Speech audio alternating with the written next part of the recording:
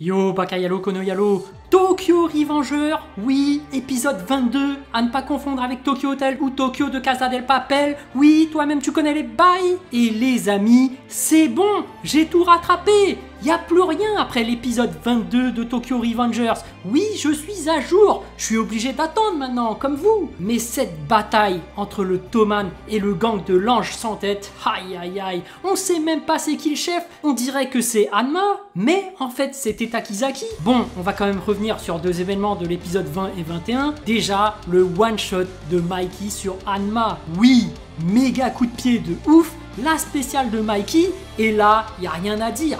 Mikey, c'est le mec le plus fort. Mikey, c'est le plus fort, c'est tout. Draken, tout ça, c'est bien loin derrière, c'est pas le même niveau. Hanma qui faisait le malin comme quoi c'était un zombie, il encaisse tous les coups de Draken, mais quand Mikey il est arrivé, il était énervé, aïe aïe aïe. Ensuite, il faut aussi revenir sur l'apparition de Baji. L'apparition de Baji pour frapper la tronche de Kisaki. Ce moment, ah, qu'est-ce qu'il fait plaisir! Mais qu'est-ce qu'il a fait plaisir! Mais je me suis dit, cet enfoiré de Kisaki, il avait tout prévu depuis le début, il intervient pour sauver Mikey, le mec, il avait manipulé tout le monde, pendant toute cette bataille, il foutait que dalle, mais il est sorti de nulle part pour sauver Mikey, Draken et tout, ils sont tombés dans le panneau, ils sont en train de l'encourager, de le soutenir, Takemichi avait perdu, limite, il était en train de pleurer, Kisaki allait devenir le deuxième de la bande, tout le monde acclamait Kisaki, mais quand Baji, il est apparu, oh là là, POM, coup dans la tête, éclatage de lunettes. Aïe aïe aïe! Et c'est encore plus fort, parce que l'épisode 22, on sait pourquoi Baji, il a réagi comme ça. En fait, c'est par rapport à la promesse qu'il avait faite. Lors de la création du gang, t'avais un noyau central. C'était le cœur du Toman. Il y avait personne qui pouvait toucher aux fondateurs. Les fondateurs, c'était Mikey, Draken, Mitsuya, Pachin, Kazutora et Baji. Et ils avaient fait une promesse, c'était de s'entraider coûte que coûte, de se sauver mutuellement. Et quand Kazutora, il a pété son câble de sortie de prison, ben Mikey, il en avait plus rien à foutre de Kazutora. En plus, il avait tué son frère, ça se comprend. Mais Baji, il est resté solidaire, c'était toujours son pote. Il l'a jamais abandonné. Et ça c'est beau. Dès qu'il a vu Kisaki incruster le groupe et foutre la merde, voilà, boum, coup dans la tête. Et ça c'est mérité. Pour la promesse, pour le serment du groupe. Bon, après, Kazutora, c'est quand même le cassos du groupe. Le mec a des problèmes psychologiques. Tu m'étonnes qu'il fait fuir tout le monde. Il dit que c'est la faute de Mikey,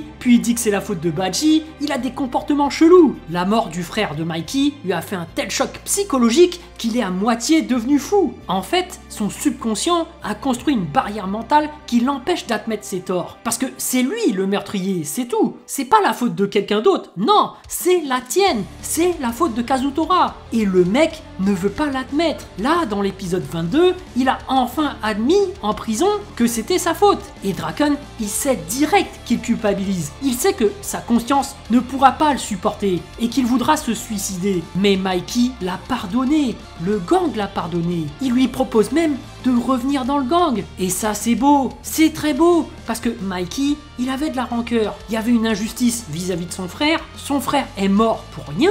Il avait un garage, il s'est fait tuer parce qu'il voulait protéger sa moto, mais quand t'as un proche qui se fait tuer injustement, tu réclames justice. C'est limite, tu vas succomber à la vengeance, surtout si le responsable c'est une ordure. Mais Kazutora, il l'a pas fait exprès, et sa conscience était déjà en train de le consumer.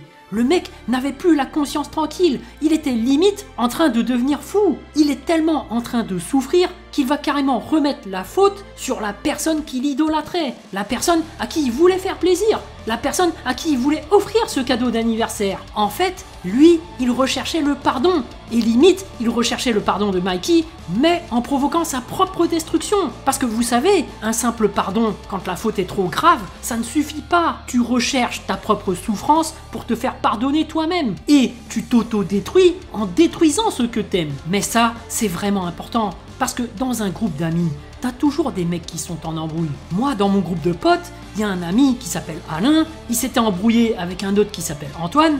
Les mecs se connaissaient depuis tout petit. Mais depuis qu'Antoine a trahi Alain, les deux ne peuvent plus se retrouver dans la même pièce ensemble. Et ça, c'est problématique. Parce que moi, je suis un peu le badgie du groupe. Je veux que les deux, ils font la paix. Je veux que les deux, ils redeviennent comme avant. Sauf que ça se passe exactement comme dans Tokyo Revengers. Le badgie, il est pas compris par tous les autres. Draken, Mitsuya, les autres qui ne comprennent pas Badgie. Pour eux, Mikey veut plus revoir Kazutora. Donc, les autres ne veulent plus le voir non plus. Là, c'est pareil pour Alain. Antoine veut plus le voir, il y en a d'autres qui veulent plus le voir, donc au final, il y a une loi qui fait qu'on ne peut plus l'inviter. Mais moi, c'est mon poteau, ça reste mon poteau, donc je continue à le voir, même s'il n'y a plus que moi. C'est compliqué les histoires de groupe. Après, il y a l'histoire de Chifuyu, le fan de Badgie. Limite, c'est son serviteur. Le mec est dévoué à son maître. Il va jusqu'à lui offrir des nouilles alors qu'il est mort. C'est une belle histoire, c'est juste qu'on s'en bat les couilles.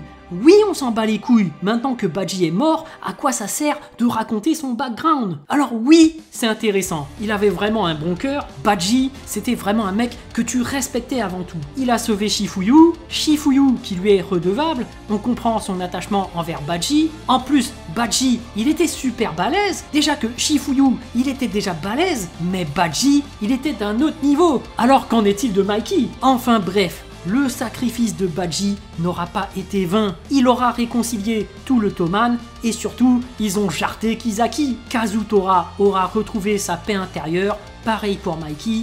Tout est bien qui finit bien. Comme quoi, quand on est en paix avec soi-même, qu'on n'a pas de rancœur, sentiment d'injustice, tout ça, bah tout va bien. Alors, la paix sur vous les amis. Voilà, j'espère que cette vidéo vous a plu. En tout cas, moi, j'ai vraiment envie de savoir ce que vous avez ressenti et j'ai hâte de lire votre message en commentaire. Évidemment, un petit pouce bleu fait toujours plaisir pour un petit artisan comme moi. Et bien sûr, si vous voulez suivre toute l'actu de ma chaîne, abonnez-vous. Sur ce, je vous dis à plus.